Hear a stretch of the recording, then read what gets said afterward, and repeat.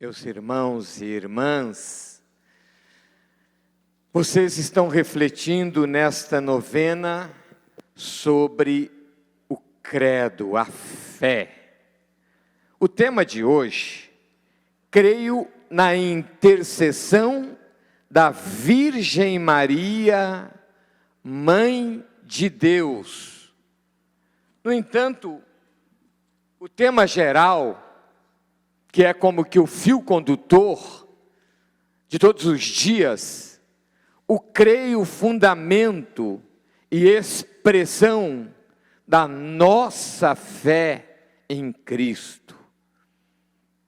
Nas novenas, às vezes, gosto de comentar, pelo menos no início da homilia, um pouco também o tema geral, como disse, deve ser um fio condutor, sem deixar de abordar o tema do dia, também o tema geral, o fundamento e expressão da nossa fé em Cristo.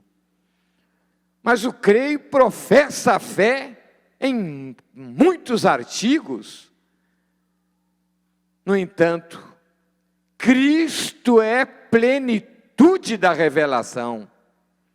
E como tal, é o núcleo do nosso credo. Seu mistério pascal, padeceu sobre Pôncio Pilatos, antes, nasceu da Virgem Maria, se fez carne, nasceu da Virgem Maria, padeceu sobre Pôncio Pilatos, foi crucificado, morto e sepultado, desceu à mansão dos mortos, ressuscitou ao terceiro dia, subiu aos céus, está sentado à direita de Deus Pai Todo-Poderoso. É aquilo, inclusive, que a igreja professa e, ao mesmo tempo, proclama em primeiro lugar. No Novo Testamento, o mistério pascal de Cristo, o seu Pessach, a sua Páscoa, o seu mistério pascal, a sua partida para o Pai, mediante a cruz e ressurreição, é também o anúncio apostólico, a ponto de um teólogo comparar com o eixo de uma roda de bicicleta sobre a qual todos os raios convergem. Cristo, centro da história da salvação. Quando perguntaram a Nosso Senhor, que devemos fazer para cumprir as obras de Deus? Nosso Senhor respondeu, para cumprir as obras de Deus, é necessário crer em Deus e naquele que Ele enviou. O nosso Papa Bento promulgou o ano da fé, alguns anos atrás, e ele dizia: a fé é a porta através da qual entramos na igreja. Como nós devemos professar nas missas dominicais, com alegria, as verdades da nossa fé. São João diz: a vossa fé vence o mundo. No entanto, essa fé, meus irmãos e irmãs, deve ser uma fé madura, consistente.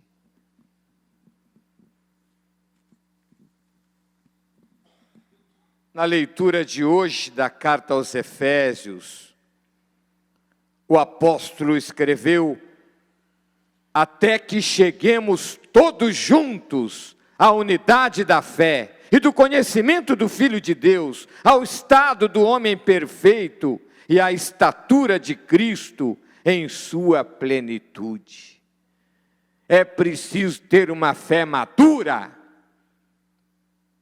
uma fé esclarecida. Por isso o apóstolo diz: assim não seremos mais crianças ao sabor das ondas, arrastados por todo vento de doutrina, ludibriados pelos homens e induzidos por sua astúcia ao erro. Uma fé convicta, que levou os mártires a derramar seu sangue, defendendo a fé, a convicção, a maturidade no seguimento de Cristo? Esta fé, a fé, é uma exigência para a vida nova. A fé e a conversão são exigências fundamentais para a vida nova. Por isso os apóstolos exigiam a conversão para a própria vivência do batismo, como na pregação de Pedro, no dia de Pentecostes: arrependei-vos, metanoia, mudança de vida, para que sejam batizados e recebam o dom do Espírito Santo. Que beleza a nossa fé! São João diz: a vossa fé vence o mundo. Hoje nós tivemos a primeira parte da Assembleia Diocesana, esse processo de caminhar juntos, esse processo sinodal, exatamente nos grupos se partilhava. Nem todos, infelizmente, retornaram à participação em nossas missas dominicais. Não falo daqueles que têm impossibilidade, mas de certa forma, às vezes, alguns acomodam. Já na igreja primitiva, por exemplo, na carta aos Hebreus, o autor, o escritor sagrado diz: alguns afastaram de vossas assembleias, e exorta a fortalecer os joelhos convalescidos, no seguimento de Cristo, na vivência da fé, na inserção eclesial. Uma fé convicta, meus irmãos e irmãs, uma fé madura. O tema de hoje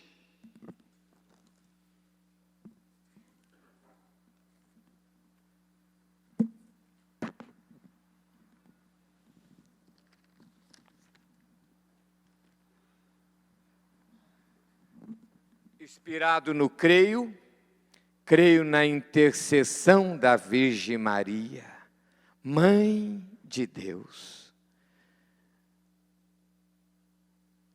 Nossa Senhora está inserida na comunhão dos santos, que é um artigo do nosso creio. Creio na comunhão dos santos. Há uma comunhão entre nós, há um vínculo eclesial. Pelo batismo, nos tornamos membros do corpo de Cristo. E é tão bonito pensar que essa comunhão não é interrompida. Também aqueles que estão em purificação podem receber nossas orações e podem interceder por nós.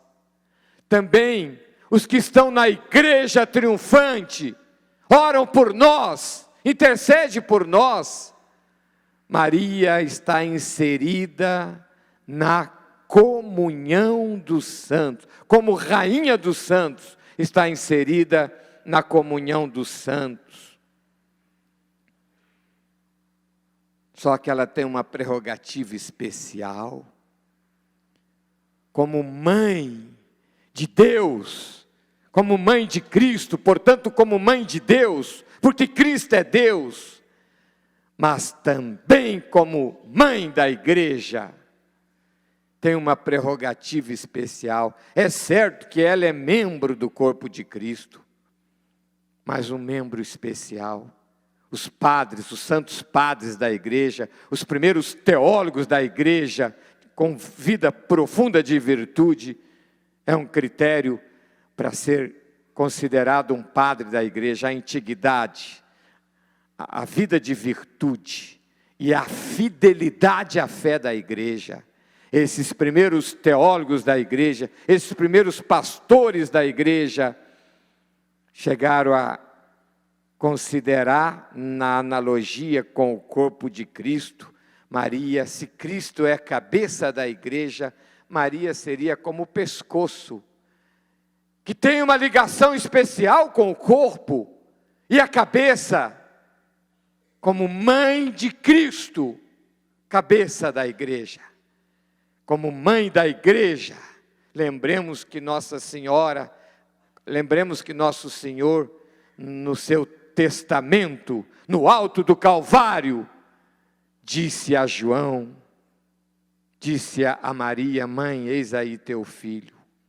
Filho, eis aí tua mãe. E a igreja sempre considerou e leu essas palavras desde a antiguidade, na perspectiva dessa prerrogativa especial de Maria, com referência à igreja.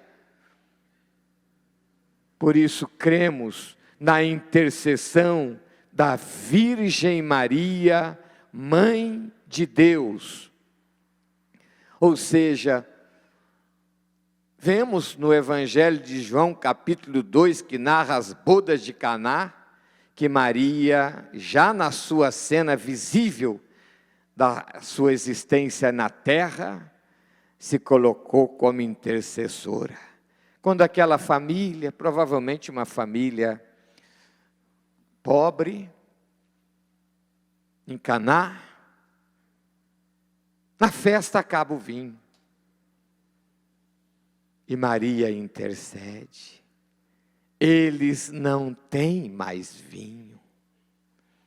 E Jesus antecipa a sua hora, realizando ali o seu primeiro milagre. No entanto, isso não foi por certo só nesta passagem. Atos dos Apóstolos diz que a igreja primitiva, após Pentecostes, a vinda do Espírito Santo, e Maria estava com os apóstolos, conforme a narrativa de Lucas, nos Atos dos Apóstolos. Essa igreja perseverava na fração do pão, nas reuniões em comum, na doutrina dos apóstolos, também nas orações. Por certo, o poder de intercessão de Nossa Senhora acompanhava a atividade evangelizadora dos apóstolos, dos evangelistas, fortalecendo a vida das comunidades. E só Deus sabe a parcela da oração de Maria nesse avanço evangelizador da igreja naqueles anos ainda que Maria passou na comunidade cristã. Só Deus sabe. Por certo, ela intercedia instantemente em oração. Mas a igreja afirma que essa comunhão não é interrompida. Pelo contrário, fortalecida. E no caso de Nossa Senhora, ainda mais fortalecida. Pela sua assunção ao céu, em corpo e alma. Pela sua coroação, como rainha do céu e da terra. Como mãe de Cristo. À direita, junto do seu Filho, na comunhão plena com Ele, e também nesta comunhão com todos os santos e anjos. Eu me lembro uma vez, quando pároco aqui da paróquia São Sebastião, estava visitando lá uma escola e passei em algumas salas. Então me apresentei, eram pré-adolescentes, eram bem pequenos. E me apresentei então como padre. E dei uma mensagem muito objetiva numa das salas, e uma garotinha levantou a mão e perguntou assim: ô padre, a palavra de Deus diz que só há um mediador. Como que vocês católicos dizem que Nossa Senhora também reza por vocês? eu respondi a pergunta dela com outra pergunta. Você crê que o seu pastor pode orar por você, filha? Claro. Será que a mãe do Senhor não pode, agora estando com seu filho, orar por nós? Esta comunhão não é interrompida, é potenciada. E São Bernardo, referindo-se a Nossa Senhora, dizia: em Maria temos a onipotência intercessora, a onipotente intercessora, todo um poder de intercessão. Se nós podemos orar uns pelos outros, e sobretudo os bem-aventurados, aqueles que nos antecederam na fé, estão junto de Deus, podem orar por nós. Quantos testemunhos de graças por aqueles que têm vida de virtude, tiveram vida de virtude, e alguns são apresentados com garantia pela infalibilidade da igreja, mediante a beatificação e canonização, inclusive com a confirmação de milagres, que é um critério que a igreja tem, como uma resposta do céu, confirmando que aquela pessoa está diante de Deus, numa comunhão ímpar, e pode interceder por nós. E a igreja os apresenta como modelo de virtude, mais ainda Nossa Senhora. Mas respondendo ao questionamento dela, só há um mediador? Respondemos da seguinte forma, e o Concílio Vaticano afirma isso: a mediação de Maria se dá, a intercessão de Maria se dá, como nós falamos na liturgia, por Cristo. Ele é o único mediador, e toda a nossa oração passa necessariamente pelo seu sacerdócio único, como diz a carta aos Hebreus. Ele está continuamente à direita do Pai, a interceder por nós. Também a intercessão de Maria passa necessariamente pela intercessão única, pela mediação única de Cristo, o nosso sumo e eterno sacerdote. Nesse sentido, ela não compete com Ele. Pelo contrário, leva de uma forma muito sublime a Ele as nossas orações, que chegam por Ele ao Pai, conforme a fórmula litúrgica, por nosso Senhor Jesus Cristo, vosso Filho, na unidade do Espírito Santo.